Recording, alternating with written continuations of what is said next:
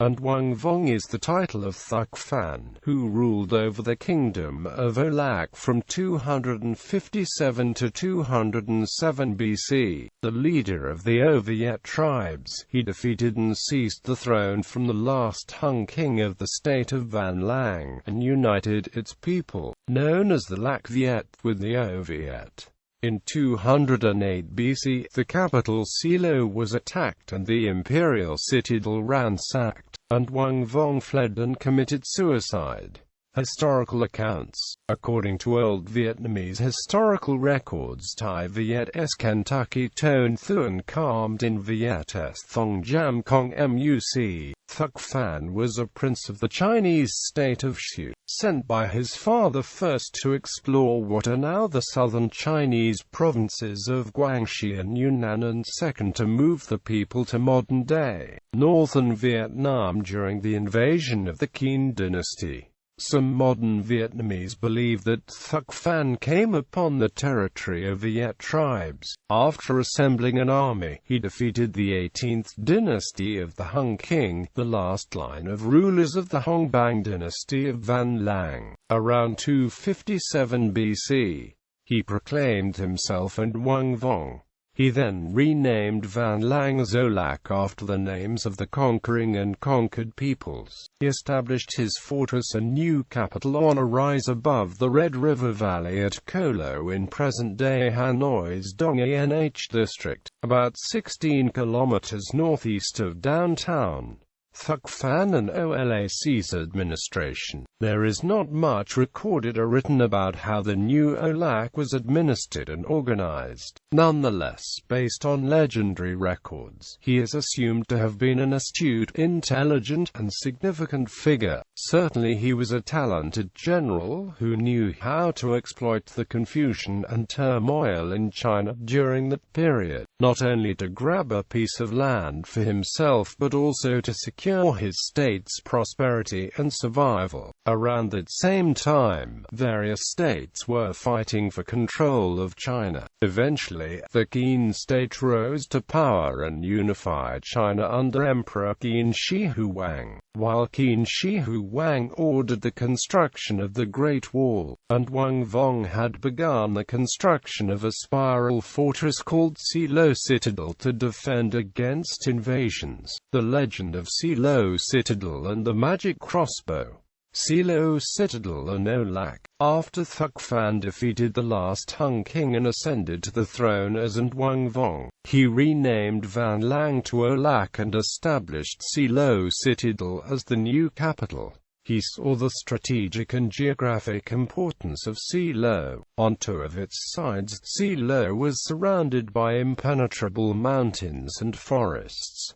There was also a river flowing by. No one knows why, and Wang Vong favored the spiral, shell-like shape of Silo Citadel, but legend has it that its construction was extremely tough and difficult to complete. Each time it seemed near completion, it was undone at night by a horde of evil spirits. The legend of Silo and the magic crossbow, and Wang Vong burnt incense, prayed, made offerings, and evoked the gods to help him. One night, in a dream, an old and frail man with long, white hair came to him and told him the only person who could help him build his citadel was a golden turtle that lived somewhere around Silo. A few days later, while sitting in a boat on the river and thinking about the meaning of his dream, a giant golden turtle suddenly emerged from the water. The golden turtle told Wang Vong that he would need one of its claws in order to accomplish his plan. Pulling out one of its claws and throwing it to Wang Vong, the turtle vanished, and Wang Vong had Cao El, his weaponry engineer, build a crossbow incorporating this claw which could shoot thousands of arrows at once.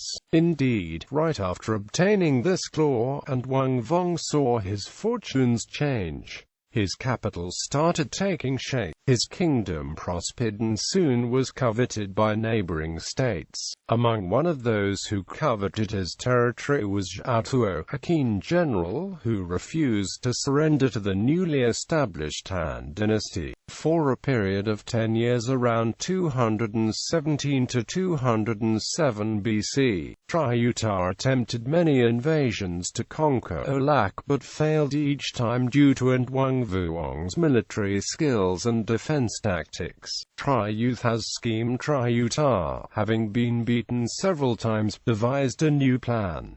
He negotiated a peace treaty with Âu Lạc. He determined to find out where lay the strength and strategies of his foe. He even went so far as to propose marriage between An Vuong's daughter, Princess Mai Chao, and his son Trong Tui. In time Triutar found out through his daughter-in-law Mai Chao that An Vuong had a magic crossbow that made him almost invincible. Triutar then told his son Trong Tui to sneak into his father-in-law's palace and steal this magic crossbow, replacing it with a fake. Triutar, with the magic crossbow in his hands, launched a new attack on his foe-in-law and Vuong.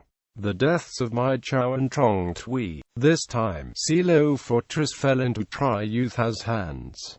And Vuong grabbed Mai Chao, his only daughter, and fled the scene of the battle. He rode to the river and encountered the giant golden turtle, which told An Vuong, "The enemy is sitting right behind you." Angered by his own daughter's betrayal, the king slew his daughter. Then he jumped into the river with the giant golden turtle. Trong Tui, searching for his beloved wife, arrived a few minutes later at the scene. The body of his beloved wife was lying in a pool of blood and his father-in-law was nowhere to be seen. In accordance with conjugal fidelity and devotion, he drew his sword and killed himself as well, in order to be with his wife forever in eternity. The story of Mai Chao and Trong Tui is a tragic love story retold often in Vietnam's literature. Having defeated An Vuong, Triutar annexed the newly conquered territory to his own and created the state of Nam Viet, proclaimed himself a new emperor of the Triu dynasty.